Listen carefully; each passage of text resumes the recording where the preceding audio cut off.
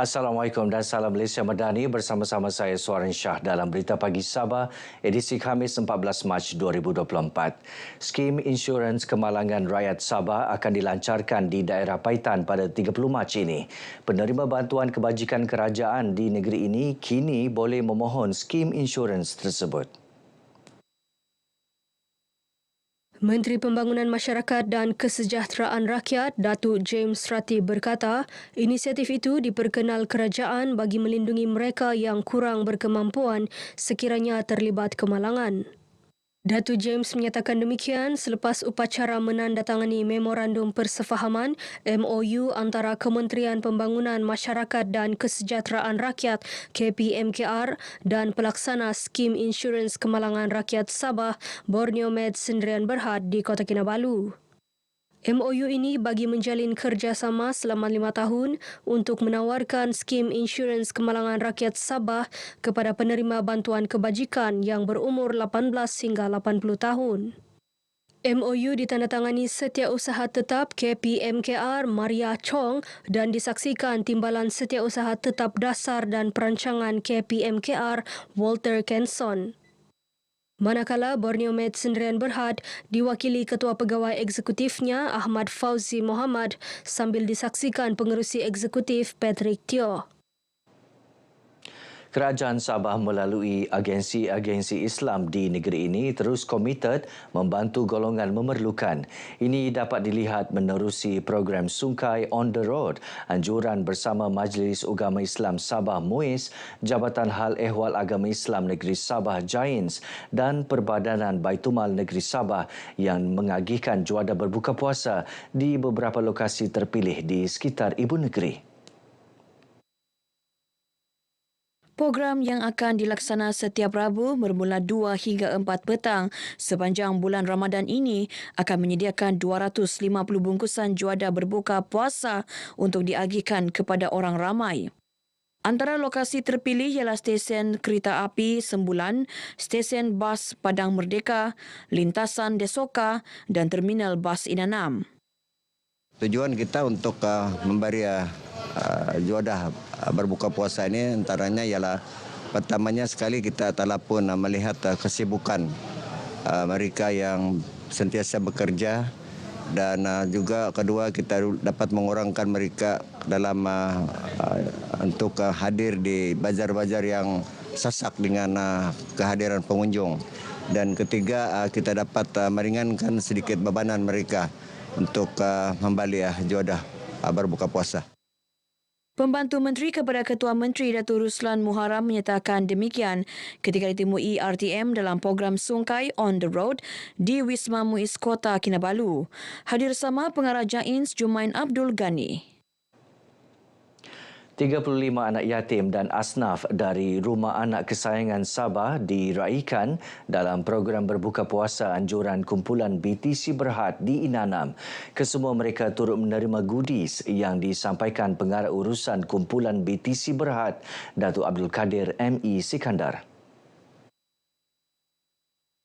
Ketika ditemui pemberita, Datuk Abdul Kadir berkata, inisiatif ini bagi membantu golongan memerlukan sekaligus memenuhi tanggungjawab sosial syarikat serta mendekatkan diri dengan aktiviti-aktiviti kemasyarakatan.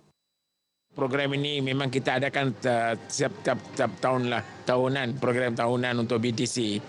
Jadi kita ambil kesempatan ini dalam bulan puasa ini bagilah orang yang keperluan tu. Jadi kita bagi ampau dan juga bagi dia goodies ke bakery, produk bakery, kurma dan sebagainya lah. Dan seterusnya buka puasa bersama kami.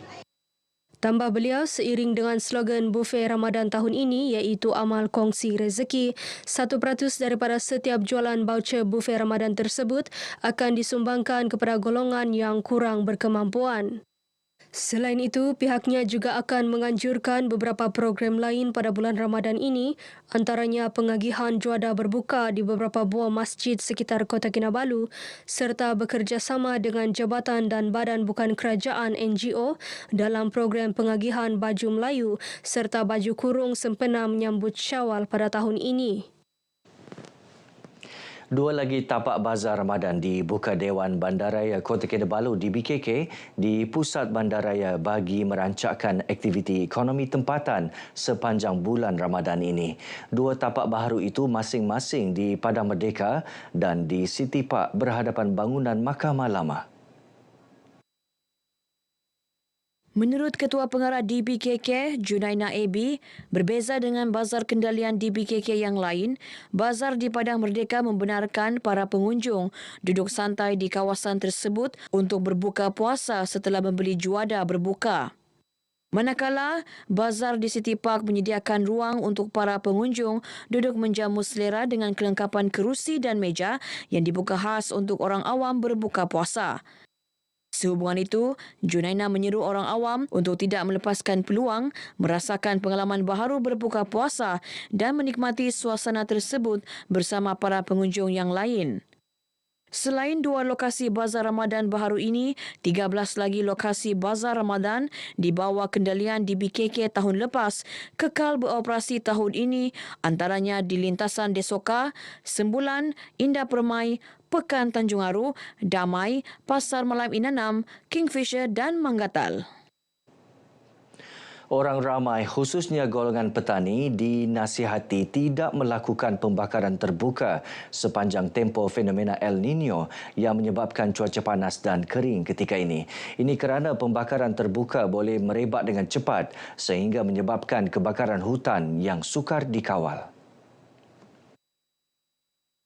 Pengarah Jabatan Bomba dan Penyelamat JBPM Sabah, Abdul Razak Muda berkata, selain pembakaran terbuka, pembuangan puntung rokok merata-rata juga boleh menjadi punca kebakaran. Bercakap kepada RTM, Abdul Razak menjelaskan, setakat Selasa lalu sebanyak 888 panggilan berkaitan kebakaran diterima dari seluruh negeri. Daripada jumlah itu, 198 panggilan dari daerah Tuaran, 126 Kota Belud, 84 Kota Kinabalu, manakala selebihnya dari lain-lain daerah. Okey, yang paling kami risau sebenarnya adalah kebakaran tanah gambut. Kerana kebakaran tanah gambut ini agak sukar ditangani apabila musim kemarau. Kerana ianya memerlukan usaha yang panjang dan juga sumber air yang banyak. Pembangunan Mahat Tahfiz sentiasa diberi perhatian dan bantuan yang sewajarnya.